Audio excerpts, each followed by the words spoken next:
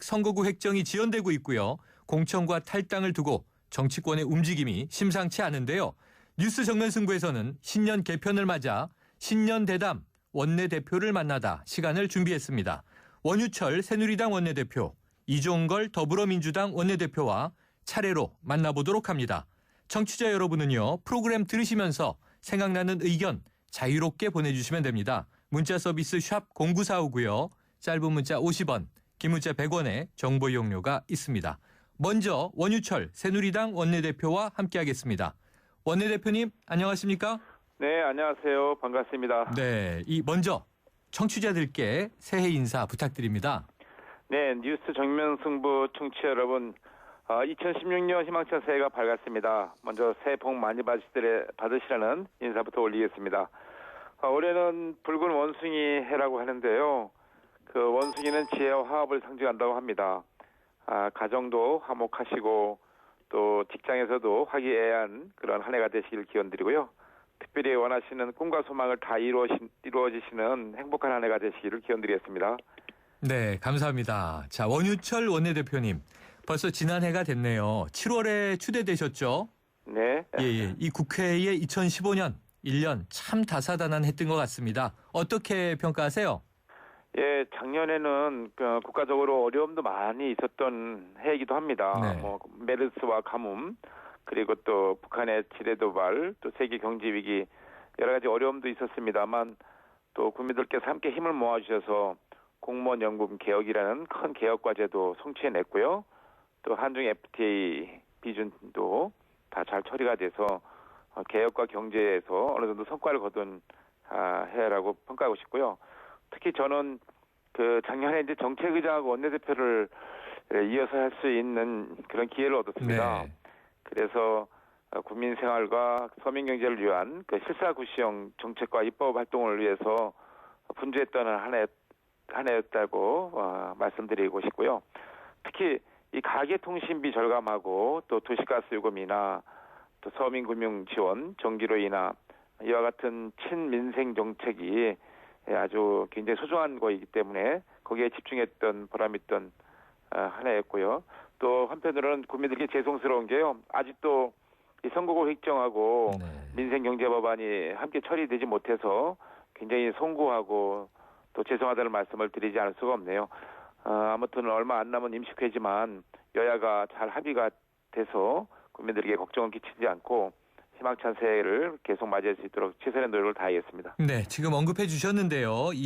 오늘도 선거구 획정 문제 위에서 정의화 국회의장과 여야 대표 만나지 않았습니까? 네, 그렇습니다. 지금 이 원내대표님도 원내 사령탑으로 지도부의 일원이신데요. 자, 선거구 획정 계속 결렬되고 있습니다. 네네. 이제 연초가 됐는데 과연 이 8일까지는 결단 내릴 수 있겠습니까? 네, 어떻게 해서든지 저희가 합의를 해야겠습니다. 네.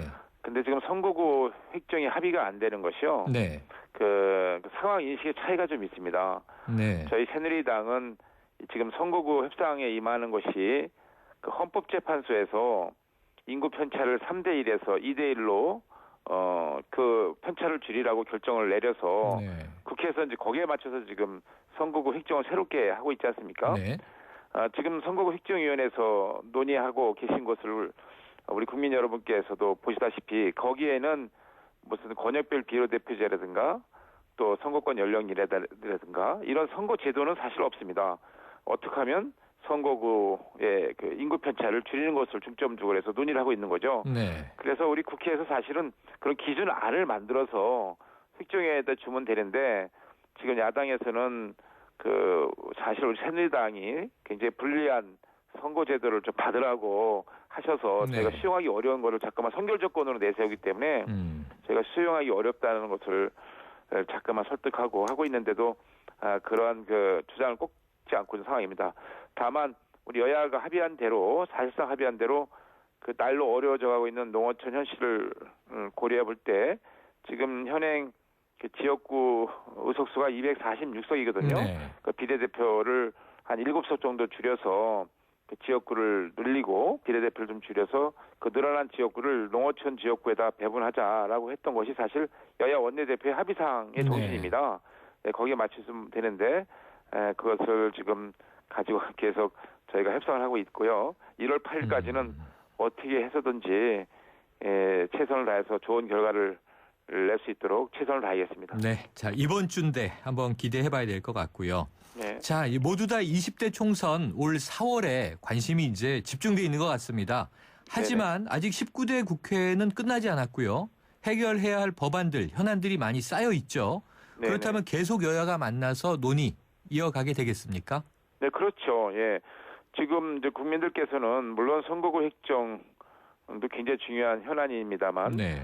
지금 민생 현장에서 힘들어하시는 서민들, 우리 국민들 입장에서는 경제를 하루빨리 좀 활성화시키고 또 일자리를 만들고 민생을 안정시키는 것이 굉장히 또 중요한 국정 과제가 아니겠습니까? 네. 그래서 저희는 이 국회의원 선거구만 획정하지 말고 지금 청년 일자리 창출을 위한 노동개혁 5법도 입법을 하고 또 69만 명의 일자리를 창출할 수 있는 서비스 발전기법도 만들자. 네. 또 위기에 빠진 기업들의 재도약을 위한 기업활력 제고 특별법도 좀 만들고 특히 요즘에 테러에 대한 국민들의 불안감이 커지고 있지 않습니까? 네. 그래서 국민 안전을 위한 테러 방지법이라든가 북한 주민들의 인권을 위한 북한 인권법 이런 법안들이 사실은 양당이 합의했던 법안들입니다.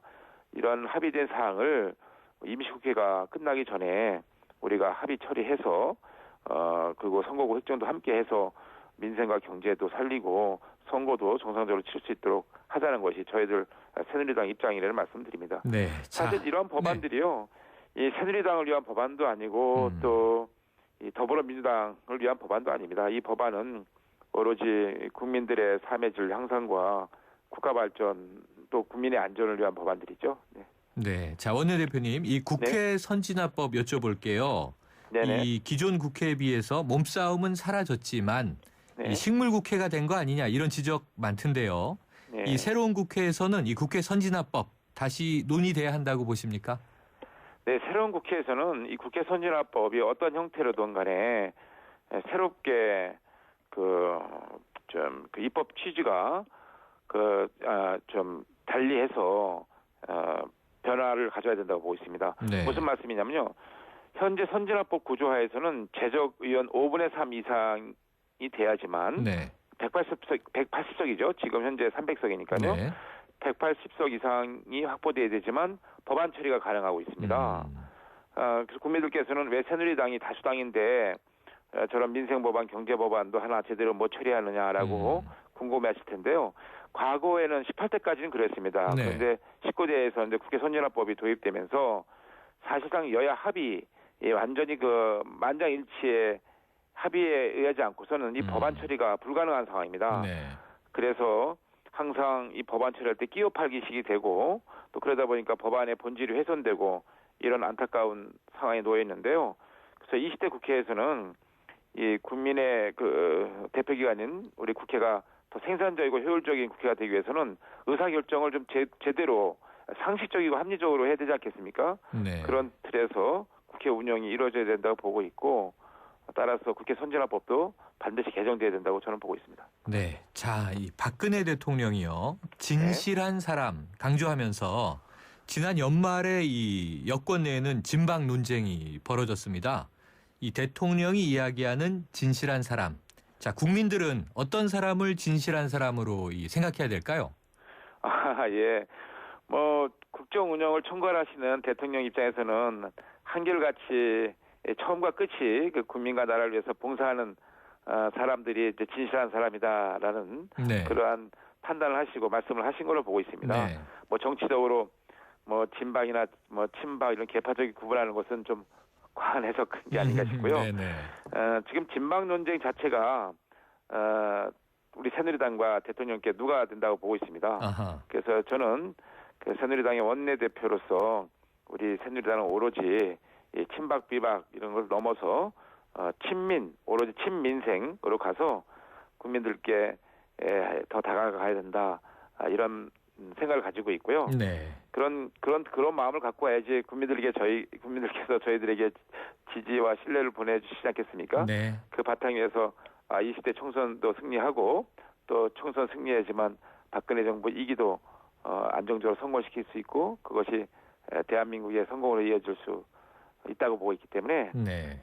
저희는 이 진방 논쟁에 대해서는 저는 사실 그렇게 썩 바람직한 논쟁이 아니다. 네. 이제 국민을 위해서 얼마큼 어떻게 진정성을 가지고 봉사하느냐가 아주 중요한 척도가 되지 않을까 이렇게 생각하고 있습니다. 네. 자, 바람직하지 않다 이렇게 평가해 주셨는데요. 네. 자, 원내대표님 지난해를 보니까요. 이 새누리당의 정당 지지율은 이 상당히 안정적인 모습을 보였어요.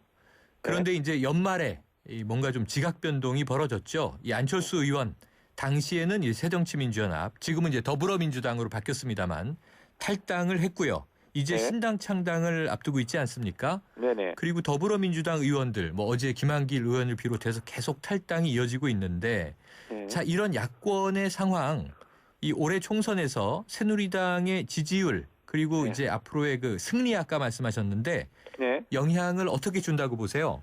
네. 그 안철수 신당 출연이 우리 새누리당에게도 일부 영향을 주고 있는 건 사실입니다. 네, 저희 지지도 좀 뺏어가고 있는 거 틀림없고요. 네, 그렇지만 지금 당장 이런 컨벤션 효과고 저는 이제 버블 현상이라 보고 있는데 네. 시간이 지날수록 이 거품은 내려앉을 거다 이렇게 보고 있습니다. 빠질 것이다. 예, 왜냐하면 안철수 의원께서 하신 그 기자회견을 보시면 처음에 정치 입문하셨을 때하고 큰 차이가 없어요. 네. 그런데 사실 새로운 정치를 하시겠다는 그 안철수 신당이 그동안 구체적으로 법안이나 정책에 대해서 국민들에게 뚜렷한 비전을 제시하지 못한 측면이 있다 이렇게 보고요. 네, 저는 이제 그걸 가리켜서 이제 구호 정치, 슬로건 정치라고 하는데 네, 그에 비해서 우리 새누리당은 그 실사구시의 입장에서 민생 정치 또 민생 정책을 구체적으로 펼쳐 나가는 것으로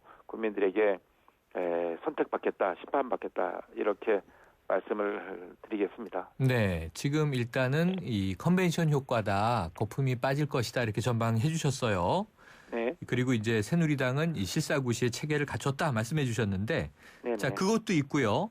네. 또 이 야당의 분열은 여당에게 유리하다. 전문가들이 이제 정치 공식처럼 이런 이야기 많이 하지 않습니까? 네네. 그렇다면 실제로 20대 총선에서 네. 이 야권 분열이 좀 새누리당에게 유리하게 작용할 것으로 네. 혹시 속으로 웃고 계신 건 아닌가요? 아, 예.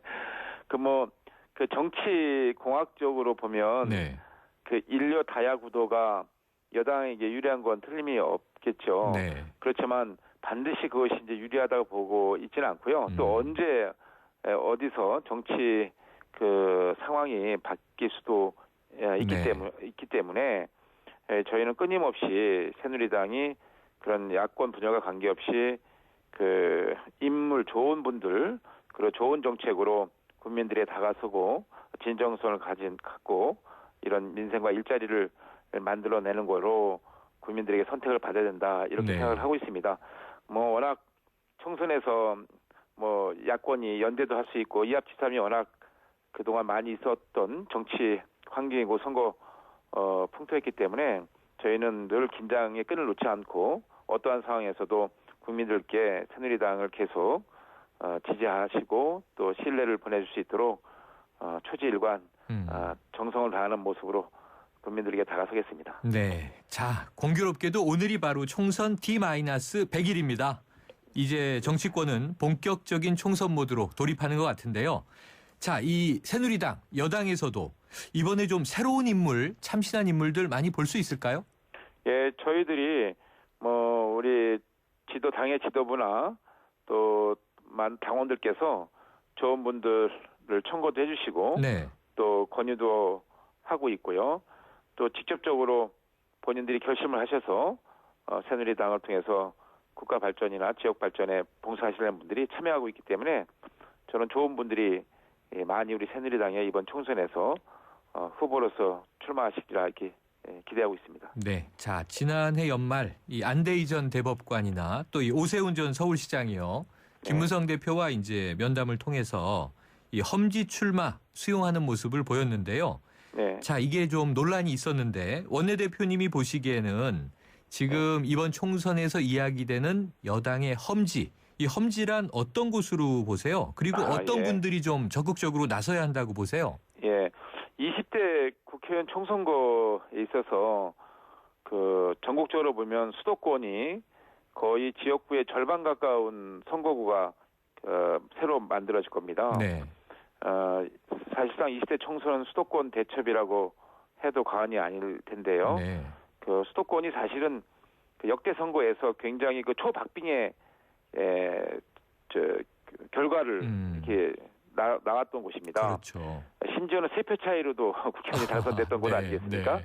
그래서 5차 범위 내에 치열하게 경쟁을 벌이는 이 서울, 경기, 인천이 수도권의 선거 결과가 어떻게 되냐에 따라서 총선 결과를 평가받을 텐데요. 그런 측면에서 우리 당의 그 훌륭한 분들이 또 지금 우리 당으로 출마를 하려는 좋은 경쟁력이 있는 인물들이 우리 수도권에 출마를 해서 이 초접전지에서 그 당선이 되면 우리 새누리당의 승리에도 기여도 하시고 또 본인도 그만큼 또 국민들에게 평가를 받는 것이니까 정치적으로 성장할 수 있는 기회도 갖게 되고요. 또 그렇기 때문에 저는 이 수도권에 출마하는 것이 이제 사실 그 접전지, 초접전지를 저는 험지로 보고 있고요.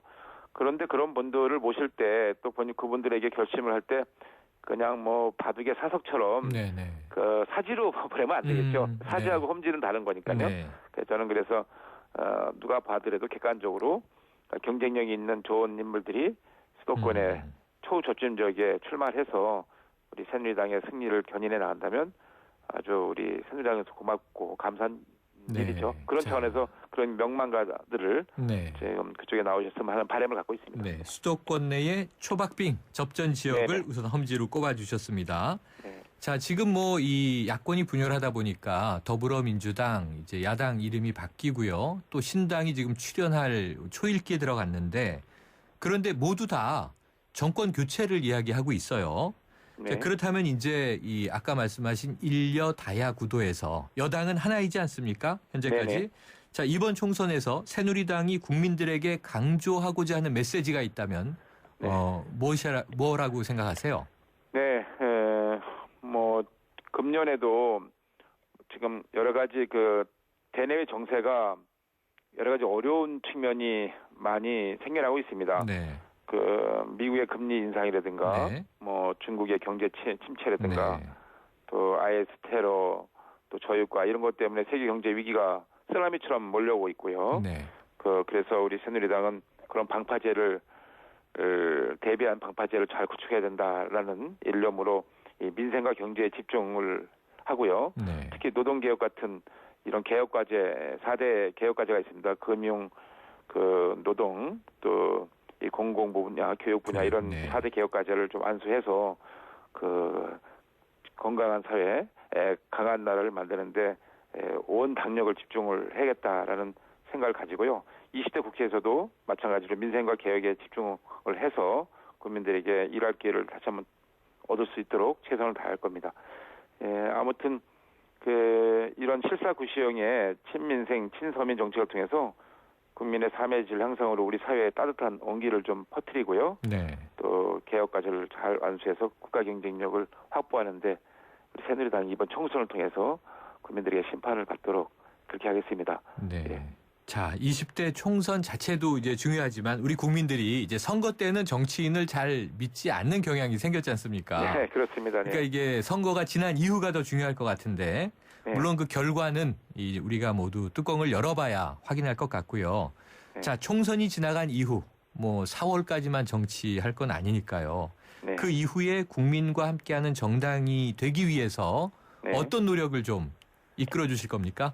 네, 그 국회가 또 생산성을 높이고 또 경쟁력을 갖추려면 그 정책 정당으로 승부를 걸어야 된다고 생각합니다. 좋은 인물들이 정당에 참여하고 그 정당에서 좋은 정책을 만들어서 그 정책이 결국 지역도 발전시키고 또 국가 발전으로 이어지고요.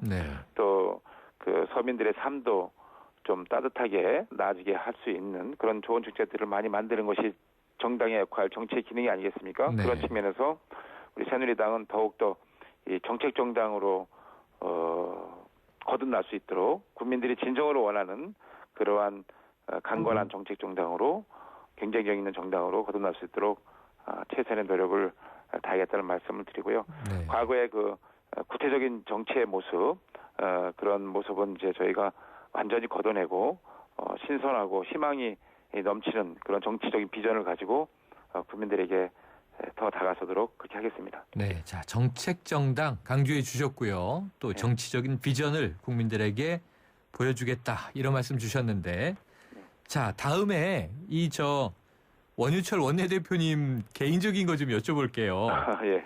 이 2016년도에 정치인 원유철 혹시 어떤 행보를 좀 계획하셨어요? 새해 계획 세우셨을 거 아닙니까? 예. 지금 뭐 새해부터 아직 그 현안이 많아서요. 그렇죠. 지금 경제 활성화 법안이라든가 또 청년 일자리를 만들기 위한 노동개혁 5법이라든가 네. 국민의 안전을 도모하기 위한 담보하기 위한 그런 법안 이런데 지금 집중하고 있습니다. 네. 그리고 또 이 선거구 획정도 좀 합리적인 조정이 돼서 국민의 대표기구인 국회가 제 역할을 제대로 할 수 있도록 하는 것도 중요하고요. 네. 그래서 지금 저 개인적인 행보보다도 그런 지금 당면 과제에 집중하고 있다는 말씀을 드리고요. 네. 소망이 있다면 금년에는 이런 각종 개혁 과제를 네. 좀 힘있게 추진하는 데 있어서 나름대로 역할을 좀 해서 정부 여당이 그동안 추진해온 개혁 과제나 경제 활성화 전략에 대해서 잘 마무리가 짓고 또 그것을 통해서 정치인으로서의 평가를 받고 싶습니다. 지금은 어떤 개인적인 포부나 개인적인 그런 정치적인 성취감보다도 주어진 일에 집중을 좀 해야 될 수밖에 없는 상황이고 그러한 그렇네요. 일들을 먼저 처리해 나가는데 저 개인적인 모든 역량을 다 바치도록 하겠습니다. 네, 우문현답을 주셨어요. 제가 새해가 돼서 궁금해서 네. 여쭤봤는데 사실 말씀하신 대로 아까 우리가 이야기 나눈 선거구 획정, 쟁점 법안, 또 19대 국회 마무리, 총선 준비 뭐 너무나 바쁜 연말 연초를 보내고 계실 텐데요. 그러면 약간 먼 미래를 한번 바라보시고 이거는 이제 궁금해서 여쭤보겠습니다. 네. 정치인들이 모든 꿈이 여기에 네. 있다고도 많이 얘기하시던데 원유철 원내대표님 네네. 지금 젊으신데 다선이시잖아요. 네. 향후에 대권 도전하십니까? 예. 아이고 지금도 제가 과분한 지역 주민들의 사랑을 받아서요. 네. 이 원내대표라는 중책을 맡았습니다. 이 원내대표라는 저에게 주어진 소명을 네. 잘 완수해서 그 다음에 문제는 거기서 평가를 받고 네. 또 다른 도전을 하겠습니다. 지금도 아주 과분합니다. 네. 자, 평가에 예. 맡기시고 겸손한 네. 말씀 주셨습니다. 자, 네. 원유철 원내대표님 오늘 말씀 정말 감사합니다. 예, 감사합니다. 새해 복 많이 받으세요. 네, 새해 복 많이 받으세요. 예. 지금까지 신년 대담 원내대표를 만나다 원유철 새누리당 원내대표와 함께했습니다.